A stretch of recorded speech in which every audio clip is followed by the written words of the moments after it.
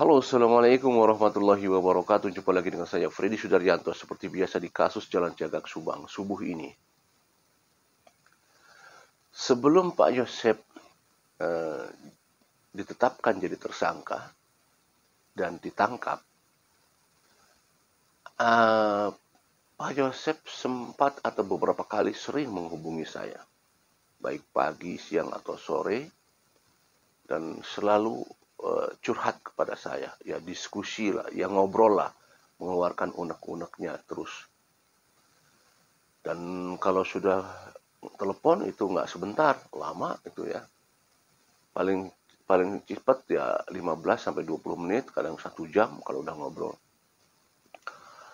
Nah, sebelum ditetapkan jadi tersangka atau sebelum ada pengakuan dari saudara Ramdhanu, Pak Yosep itu selalu mengatakan tewak si Danu kabeh kabongkar. Dan itu nggak sekali dua kali bicara begitu. Tewak si Danu kabeh kabongkar. Tah si Danu cina. Dan itu pun disaksikan oleh rekan saya Pak Dedi ya. Waktu saya di rumah Pak Dedi pun sama dia, Pak Sosep telepon. Tewak si Danu kabeh kabongkar. Seperti itu. Jadi kata-kata itu disampaikan kepada saya juga kepada rekan saya ya. Dan itu nggak sekali dua kali, sering itu mengatakan tewak si Danu. Terus saya bilang, Bapak, tewak si Danu, emang si Danu ada buktinya enggak? Saya selalu mengatakan demikian waktu dulu ya, waktu belum. Kalau ada bukti gimana gitu. Saya sampaikan dong Pak, kalau ada bukti Pak. Udah sampaikan ke penyidik belum? Gitu. Tewak si Danu. Nah kalau misalkan berhubungannya dengan sekarang, bahwa sekarang Ramdhanu sudah jadi tersangka, dan Pak Yosep juga jadi tersangka, apa dong makna dari itu semua? Makna mengatakan bahwa Ramdhanu, tewak si Danu. Tewak si Danu, semua bakal kebongkar. Seperti itu.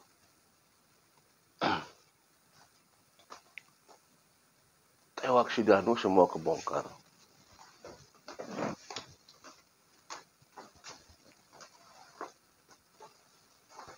Ya. Nah, apa pola-pola ini semua? Kalau ternyata duanya adalah pelaku. Berarti kalau misalkan begini, secara logika, berarti Pak Yosef menggiring sendiri kalau begitu, bahwa Ramdhanu adalah pelaku. Dan Pak Yosef juga pelaku, tapi membuka sendiri secara tidak langsung. Secara tidak langsung begitu. Tetapi kan di balik itu semua kita bisa, apakah ini suatu pola? Ya, apakah ini suatu pola? Pada saat Pak Yosef sudah jadi, pada saat ada pengakuan saudara Ramdhanu, ya, pada saat ada pengakuan Ramdhanu di BAP Polda Jabar, di sana disampaikan,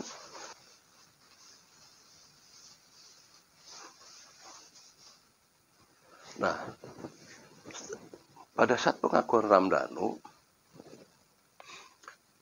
di BAP Polda Jabar itu kan ada senggang waktu beberapa hari menjelang ke penangkapan saudara Yosep.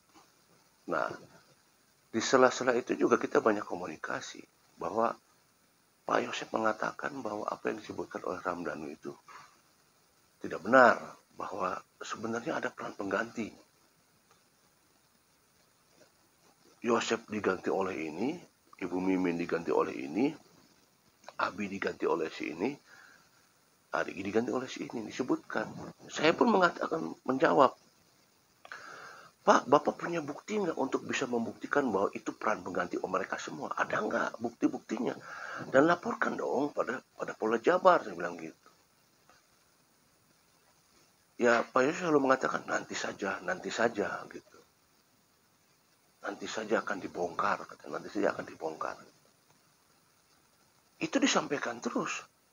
Dan gak sekali dua kali. Dan bukan hanya kepada saya itu disampaikan. Kepada rekan saya juga. Tapi kita tunggu-tunggu sampai persidangan. Apakah memang sudah dibongkar? Belum yang ini. Ya kemarin sempat disebutkan ya. Seperti itu. Tetapi kan harus ada pembuktian. Pembuktiannya kalau misalkan menyebutkan misalkan Pak Yosef diganti oleh si ini, ada nggak buktinya? Kan itu yang penting di persidangan itu, kalau hanya sebagai meyakinkan dengan mulut ya, tetapi tidak ada pembuktian juga agak susah kan gitu. Pembuktiannya minimal kalau ada kalau mengatakan ada peran pengganti itu minimal bisa menjelaskan loh. Menjelaskan misalkan wah ini berangkat dari sini jam berapa, misalkan diganti sama siapa misalkan ya. Dari sana berangkat jam segini karena saya dapat informasi dari si ini. Berangkat dari rumah, kemudian berangkat ke TKP pakai apa dan bisa menjelaskan itu semua gitu loh. Jadi ada biar Bapak Hakim juga bisa menilai nantinya. Ya, walaupun misalkan tidak ada bentuk CCTV atau kamera atau apa, tapi minimal ada apa yang disampaikan gitu. Gerakan daripada peran pengganti itu yang digerakannya bisa dijelaskan nggak gitu loh. Kalau hanya mengatakan bahwa itu peran pengganti tidak, susah juga kayak seperti itu. Ya. Nah, ini kan apa namanya? Harus ada sesuatu hal yang persesuaian. Nah, kalau misalkan peran pengganti, katakanlah misalkan contoh ya. Misalkan kalau misalkan kita mengatakan, katakanlah kita contohnya misalkan ada Opik Kosasih misalkan ya. Yanti atau Yoris misalkan. Sementara kita di kesaksian persidangan nih, oleh saksi-saksi yang disampaikan itu ada nama yang disebutkan, yaitu nama Abi, Yosef, Mimin. Yang disebutkan, yang muncul di persidangan ya, nama itu muncul. Ya Pak Yosef muncul. Ada yang melihat, ya saksi. Abi muncul, ada yang melihat, saksi. Ibu Mimin muncul, yang masuk foto yang CCTV, Neck and Max. Jadi 3 orang ini yang muncul.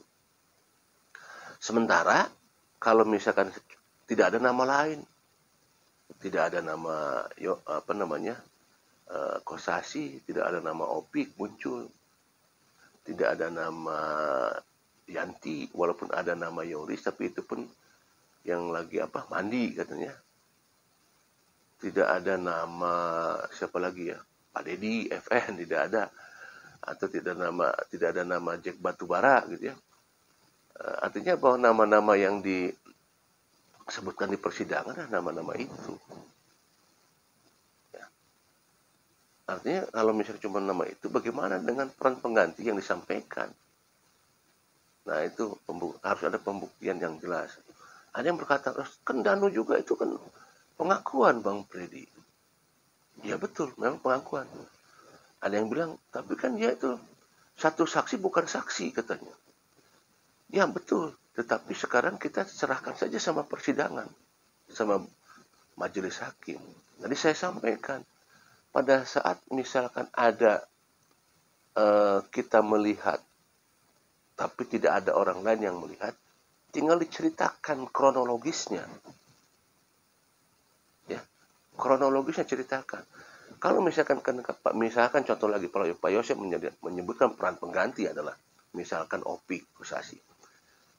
Jabarkan tuh si Opik Kosasih itu, jabarkan. Gimana bisa menentukan bahwa dia adalah. Nah, Ramdhanu dia memang tunggal, dalam arti tunggal, tidak ada penyerta di sana yang menyatakan sedemikian karena sehubungan dengan Pak Yosef Abi dan Agi tidak mengakui di sana. Berarti seolah-olah bahwa keterangan Ramdhanu itu tunggal, keterangannya tidak ada yang menyertai saksi lain. Tetapi dia bisa menyampaikan kronologisnya. Ya kan? Wah, Bang Freddy bisa saja itu kan ngarang. Masalah mau ngarang, mau apa, tidak ada masalah. Karena yang bisa menentukan bahwa itu mengarang atau benar, majelis hakim nanti. Kan gitu. Kan ada yang bilang, wah sama aja Ramdhanu juga, itu kan kesaksian bisa aja mengarang, mengada-ada. Tidak apa-apa. Silahkan aja mengarang. Pak Yosep juga silahkan kalau misalkan ada peran pengganti. Silahkan kalau mau ngarang gitu ya. Ngarang si Opik dari ini, dari mana, Yoris dari mana, Yanti dari mana gini. Kemudian datang ke sono, kemudian melakukan apa, silahkan. Mengarang silahkan. Karena gini, pada proses BAP di kepolisian, tidak serta-merta bahwa keterangan Ramdhanu itu diterima begitu mentah-mentah, tidak. Pasti dari pihak BAP, penyidik, pasti akan menelusuri sebagai bahan petunjuk. Bahwa apa yang disampaikan oleh Ramdhanu itu bahan petunjuk. Akan ditelusuri itu semuanya. Ya, ditelusuri apa disampaikan oleh Ramdhanu mulai dari kronologis di mana warnet pecel lele, kan dikonfrontasi dengan yang lain. Apakah benar Ramdhanu ada di warnet? Apakah benar Ramdhanu ada di pecel lele? Ya.